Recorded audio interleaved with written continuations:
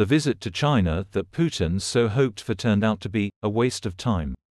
The November meeting between Comrade Xi and Biden confused all the cards. Beijing now needs to improve relations with Washington, and not with Moscow, which itself is asking for help. And the United States is precisely capable of easing the cough of the Chinese economy, while Russia is only introducing destruction into the political agenda. So no serious breakthroughs were achieved with the Chinese comrades, no major contracts were signed either, and why, one wonders, did he go? After it became clear that he had only put in the miles in vain, Putin sent Lavrov to Pyongyang to convey a personal message to the fat man: I am ready to fulfill everything that was agreed upon with you. The main disgusting thing is the transfer of technologies that will ensure the DPRK's breakthrough in the field of nuclear weapons. Putin is arming Yoon and waiting for North Korean shells, without which the Ukrainian front will be completely sour. From Beijing the rat darted to Perm, where it showed off among the athletes and gave the bureaucrats a nightmare, after which it scurried off to Rostov to get reports from Gerasimov's soldiers. It seems that from Rostov the ratman flew not to Moscow, but to Sochi. I've been flying, I've been tired, I'm tired, I should have rested in between the global nasty things. The State Duma this week denounced the nuclear test ban treaty, after which the United States conducted underground tests at a test site in Nevada to improve its ability to detect low-yield nuclear explosions around the world. And on the part of the Americans, this is logical, since they know for sure about Putin's readiness to carry out such explosions on the territory of Ukraine. And maybe not only there. And the world has been waiting all week for the start of Israel's operation in Gaza. No one has visited Tel Aviv on solidarity visits, perhaps everyone except Macron, who is expected any day now. In his televised address to Americans, Biden was blunt: we cannot and will not allow terrorists like Hamas and tyrants like Putin to win.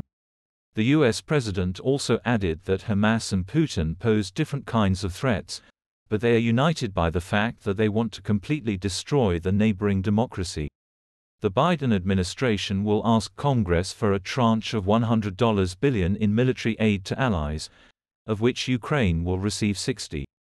Israeli Defense Minister Yoav Gallant ordered Defense Forces troops to get organized and be ready, ahead of the expected start of a ground operation in the Gaza Strip against Hamas militants. Those who now look at Gaza from afar will see it from the inside, the Israeli minister said.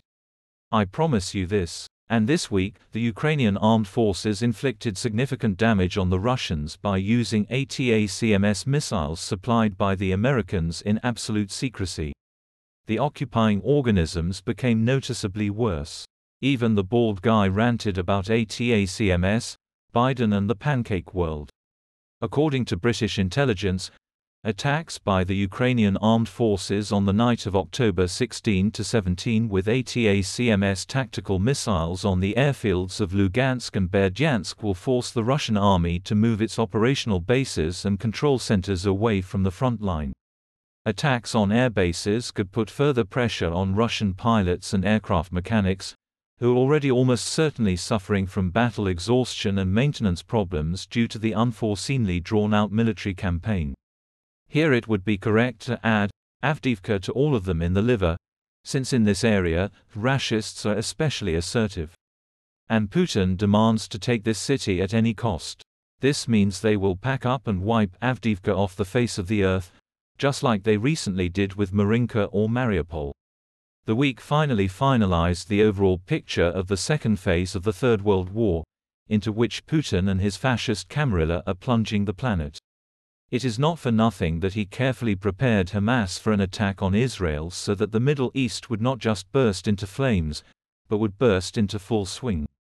The migration crisis in EU countries is growing along with protest turbulence, and Palestinian refugees are about to be added to the Syrian refugees. To avoid aggravation of this crisis, negotiations are being held with Prince Salman of Saudi Arabia and President of Egypt al-Sisi. So far, everything is going according to plan for the warmonger.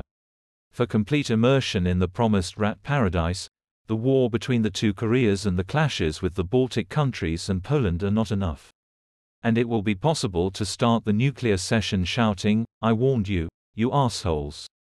But to do this, the rat needs to reorganize inside the cave so that all the servants will run hooting towards the last fireworks. Putin needs total fear and total readiness to die for nothing. Are you ready to die? Always ready. Those going to the package greet you.